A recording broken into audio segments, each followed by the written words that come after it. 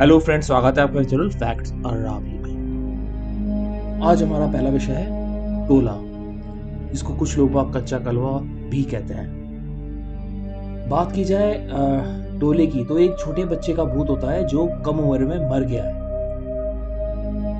कौन होता है कच्चा कलवा? छोटे बच्चे की आत्माएं जिनका अंतिम संस्कार विधिवत तरीके से ना किया गया हो, कई बार खुद ब खुद ऊर्जा रूप धारण कर लेती है। इसे कुछ लोग मसान भी कहते हैं।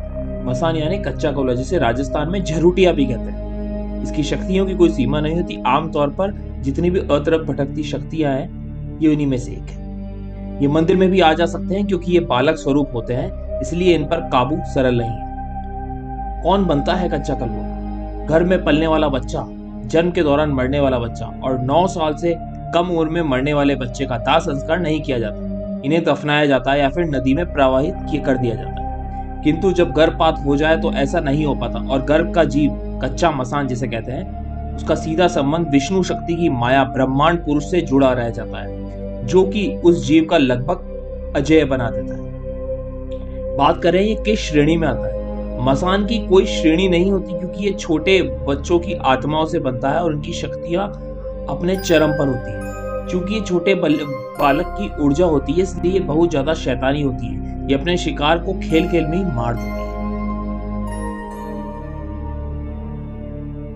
पहली श्रेणी की बात करें तो कच्चा मसान और गुम मसान। जो जीव घर में ही समाप्त हो जाए वो कच्चा कलवा कहलाता है। जो बच्चा दूध पीता हो, अन्न ग्रहण करने से पहले ही यदि उसकी मृत्यु हो जाए, वो कच्चा मसान बनता है। दूसरा होता है पितर। जब बालक जीव अन्न ग्रहण करने लगता है, साधारण तौर पर बच्चा 6 महीने का अन्न ग्रहण करने लग जाता है, उस जीव का विवाह ना हो चाहे उसकी आयु 10 वर्ष की क्यों ना हो जाए, ऐसा जीव मृत्यु उपरांत पितर योनि में जाता है। तीसरा है ऊत, जिसका विवाह तो हुआ है लेकिन उसकी कोई संतान ना हो। इसके अतिरिक्त मुंजा, ब्रह्म राक्षस, खोइश और भी कई योनियां होती है।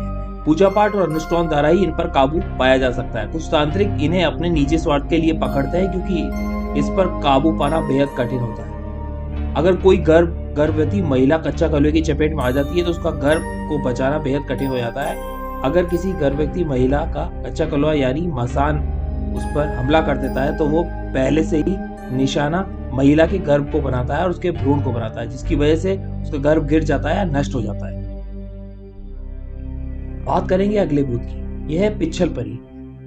पाकिस्तान में रहने वाली चुड़ैल को पिच्छल परी कहा जाता है।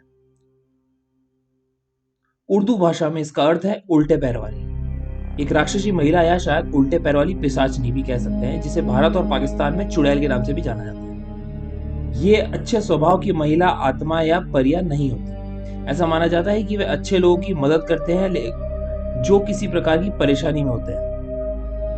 चांदनी रातों में पिच्छल परी महिलाओं पर हमला करती है, फिर भी वह बच्चों की रक्षा करती है। ऐसा कहा जाता है कि वह मुसलमान है और उन्हें तदनुसार प्रसन्न किया जाना चाहिए।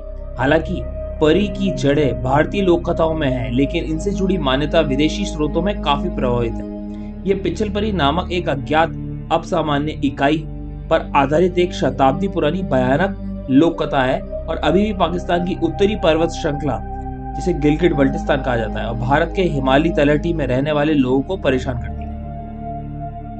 ये एक अस्पष्ट इकाई है जो मानव मादा से मिलती जुलती है, सिवाय इसके पैर असामान्य हैं और इसके पैर की ओर उल्टे हैं। प्रकृति में कूड़ और ये एक राक्षसी महिला मनमोहक रूप प्रदर्शित करती है। पिछले कुछ समय में पिच्छल परी भारतीय संस्कृति का हिस्सा बन गई है।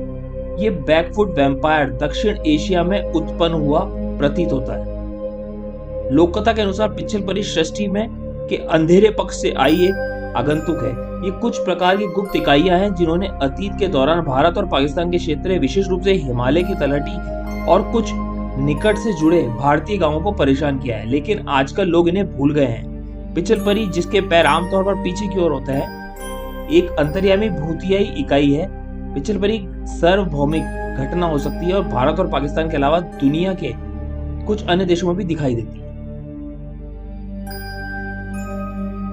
लेकिन दुनिया के अन्य देशों में इसे अलग अलग नाम से जाना जाता है। लेकिन भारत में इसे पिच्छल परी कहा जाता है और चुड़ैल भी कहा जाता है।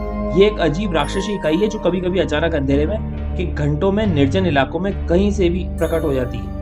ये दुष्ट और शायद मैत्रीपूर्ण हो सकती है, पर कुछ खास तौर पर नहीं कह सकते। आमतौर पर मूल भारतीय पोशाक से जैसे साड़ी आदि पहनने के लिए जानी जाती है, लेकिन कभी कभी ये बिना कपड़े कोई भी दिखाई देती है। ऐसी राक्षसी प्राणी और महान परे के दौरे के बारे में कहानियां हैं, जहां लोक कथाओं के अनुसार एक रहस्यमय इकाई पृथ्वीवासियों का खून पीने या उनके शरीर का महत्वपूर्ण अंगों को छीनने के लिए एक युवा महिला के वेश में आती है, लेकिन ये आमतौर पर इंसान के पैरों की नकल नहीं कर सकती। लोग भागने में तभी सफल हो पाते हैं जब वे पर्याप्त भाग्यशाली हों। अधिकांश लोग पवित्र छंद, ताबीज, लिखे कागजों के टुकड़े रखते हैं और वे अक्सर भगवान के नाम का उच्चारण करते हैं। ऐसा भी कहा जाता है कि पवित्र पुस्तक की एक प्रति उन्हें बुराई से सुरक्षित रखती है।